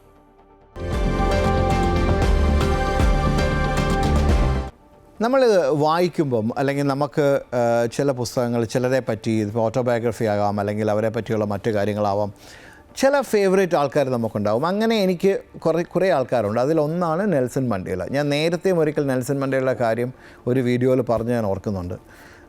അദ്ദേഹത്തെ പറ്റിയുള്ള ഒരു ബുക്ക് വായിച്ചപ്പോൾ എനിക്ക് കിട്ടിയ ഒരു കാര്യമാണ്. അതായത് അദ്ദേഹത്തിൻ്റെ ലൈഫിൽ അദ്ദേഹത്തെ ഇൻഫ്ലുവൻസ് ചെയ്തു. ഒബ്വിയസ്ലി അദ്ദേഹത്തിൻ്റെ ആ ഒരു ജയിൽ വാസം അല്ലെങ്കിൽ അദ്ദേഹത്തിൻ്റെ ലൈഫാണ് അദ്ദേഹത്തിനെ ഏറ്റവും കൂടുതൽ ഇൻഫ്ലുവൻസ് ചെയ്തത്. പക്ഷേ അതല്ലാതെ അതിന് മുമ്പ് തന്നെ മദീബ എന്നായിരുന്നു അദ്ദേഹത്തിൻ്റെ പേര്. മദീബയെ ശരിക്കും ഇൻഫ്ലുവൻസ് ചെയ്തത് അദ്ദേഹത്തിൻ്റെ അച്ഛനായിരുന്നു. അദ്ദേഹം ഒരു ട്രൈബൽ ചീഫായിരുന്നു. അപ്പോൾ അതിലൊരു കാര്യം എന്താണെന്ന് ചോദിച്ചാൽ, അച്ഛൻ്റെ പല ഗുണങ്ങളും പല കാര്യങ്ങളും യങ് നെൽസൺ മണ്ടേല ഒബ്സർവ് ചെയ്യുമായിരുന്നു. അതിലൊരു കാര്യം, ഈ ട്രൈബൽ ചീഫ് എന്ന നിലയിൽ അദ്ദേഹം സ്വന്തം ആൾക്കാരെ അഡ്രസ്സ് ചെയ്യുമ്പം അല്ലെങ്കിൽ അവരുടെ പ്രശ്നങ്ങൾ അഡ്രസ്സ് ചെയ്യുമ്പം അവരുമായിട്ടിരുന്ന് സംസാരിക്കുമ്പം എപ്പോഴും ഒരു വട്ടത്തിലായിരിക്കും, ഒരു സർക്കിളിലായിരിക്കും ഇരിക്കുക. അതെന്തിനാണെന്ന് ചോദിച്ചാൽ, ആ ഇരിക്കുന്ന എല്ലാവരുടെയും മുഖം, അവരുടെ മുഖഭാവം, അവരെങ്ങനെ പറയുന്നു, ആ ബോഡി ലാംഗ്വേജ് എല്ലാം ശരിക്കും കാണാൻ വേണ്ടിയാണ്. അതൊന്ന്. രണ്ടാമത് അദ്ദേഹം പറഞ്ഞൊരു വേറൊരു കാര്യം എന്നെ വല്ലാതെ സ്ട്രൈക്ക് ചെയ്തു. അതായത് ചീഫാണെങ്കിൽ പോലും അദ്ദേഹം ആരെങ്കിലും സംസാരിക്കുമ്പോൾ ഒരിക്കലും ഇൻറ്ററപ്റ്റ് ചെയ്തിരുന്നില്ല.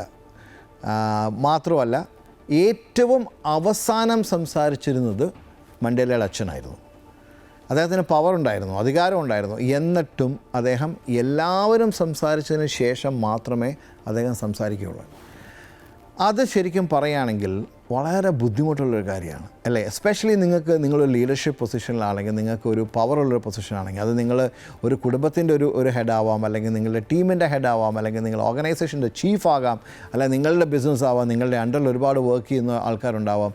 നിങ്ങൾ നിർത്താൻ പറഞ്ഞാൽ അവർ നിർത്തും. പക്ഷേ ഒരു നല്ലൊരു ലീഡർ, ഒരു നല്ലൊരു നേതാവ് ആവണമെന്നുണ്ടെങ്കിൽ ഒന്നും ശ്രമിച്ചു നോക്കൂ. അതായത് B the last one two speak.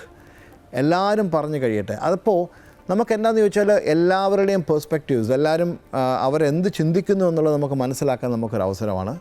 മാത്രമല്ല അവസാനം സംസാരിക്കുന്ന ഒരാൾ ഏറ്റവും കോൺഫിഡൻ്റ് ആയിട്ടുള്ള ആളുടെ ലക്ഷണമാണ്. പലപ്പോഴും നമ്മൾക്കൊരു വ്യഗ്രതയാണ്, നമ്മൾ അയ്യോ നമ്മൾ ആ പോയിൻ്റ് പറഞ്ഞില്ല, ഇതായി പോവുക എന്നുള്ളത്. But if you can wait till the end, അവസാനം വരെ നമുക്ക് വെയിറ്റ് ചെയ്ത് എല്ലാവർക്കും പറഞ്ഞതിന് ശേഷം നമുക്ക് അവസാന വാക്ക് നമ്മളുടെ ആവും. അതിന് ഒരു പ്രത്യേക ഒരു ക്ഷമ വേണം, അതിന് പ്രത്യേക ഒരു മെച്യൂരിറ്റി വേണം, ഒരു കോൺഫിഡൻസ് വേണം. ആ ഒരു ലെവലിലായിരിക്കണം ഒരു യഥാർത്ഥ ലീഡർ. അപ്പോൾ നാളെ ഈ ഒരു സിറ്റുവേഷൻ വരുമ്പോൾ, അത് ഏതൊരു സിറ്റുവേഷനാണ്, 4 പേരിരിക്കട്ടെ, 40 പേരിരിക്കട്ടെ, അല്ല അതിൽ കൂടുതലിരിക്കട്ടെ, let you be the last speaker. അവസാനം സംസാരിക്കുക, എല്ലാവരും പറയുന്ന കേൾക്കുക. ആ ഒരു കാര്യം പ്രാക്ടീസ് ചെയ്ത് നോക്കൂ. നിങ്ങളെ ആൾക്കാർ കാണുന്ന രീതിയിൽ ഒരു മാറ്റം വരും. നിങ്ങളും as A leader, as A person അടുത്ത ലെവലിലേക്ക് പോകുന്നതായിട്ട് നിങ്ങൾക്കും കാണാൻ സാധിക്കും. Have A great day.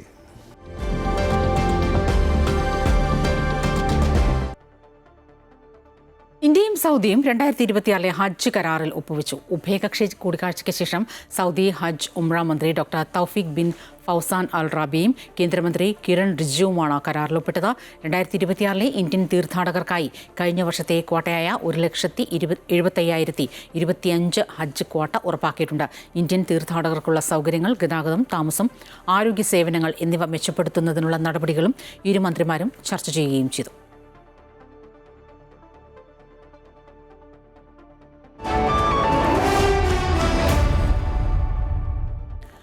IPL Sanju Samson Chennai super കിങ്സിലേക്ക് എത്തുമോ എന്ന് ഇന്നറിയാം. ഇത് സംബന്ധിച്ച നിർണായക യോഗം ഇന്ന് നടക്കും. രാജസ്ഥാൻ റോയൽസുമായി ചെന്നൈ ധാരണയിലെത്തിയതായിട്ടാണ് റിപ്പോർട്ട്. സഞ്ജുവിന് പകരം രവീന്ദ്ര ജഡേജയും സാം കരുണയും ചെന്നൈ രാജസ്ഥാന് നൽകിയേക്കും. ഇരു ഫ്രാഞ്ചൈസികളും ട്രേഡിൽ ഉൾപ്പെടുന്ന 3 താരങ്ങളുമായി സംസാരിച്ചു. എന്നാൽ ഔദ്യോഗികമായി ഇരു ഫ്രാഞ്ചൈസികളും വിവരങ്ങൾ പുറത്തുവിട്ടിട്ടില്ല. റിപ്പോർട്ടർ ഗുഡ് മോർണിംഗ് കേരളം പൂർണ്ണമാകുന്നു. കൂടുതൽ വാർത്തകൾ അമൃത ന്യൂസ് യൂട്യൂബ് ചാനൽ തുടരും. നമസ്കാരം.